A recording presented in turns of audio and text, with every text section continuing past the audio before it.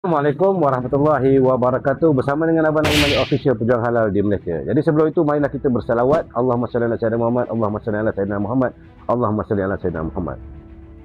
Okey, so ada komentar saya yang komen di kolom komen saya. Dia bertanyakan berkenaan dengan status coklat yang famous dekat Malaysia ni, iaitu coklat Daim. Okey, coklat Daim ini dalam saya makan website Halal Portal Jakim mendapati coklat Daim ini tidak mempunyai segi halal daripada Jakim, dan juga sekaligus dengan coklat Toblerone. Okey, perkara ini juga telah disahkan oleh pihak Jakim melalui informasi di Google. Okey, coklat Daim dan juga coklat Toblerone ini tidak mempunyai segi halal daripada Jakim.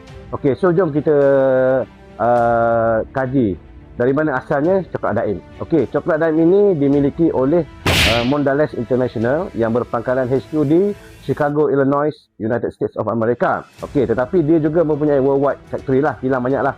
Dekat Malaysia ni pun ada juga kilang dia. Okey, walau bagaimanapun pihak syarikat menegaskan bahawa bahan-bahan yang digunakan ini adalah mengikut kesesuaian dan piawaian standard halal dunia. Okey, tapi kenapa tak minta halal daripada Jakim kalau tanya saya lah.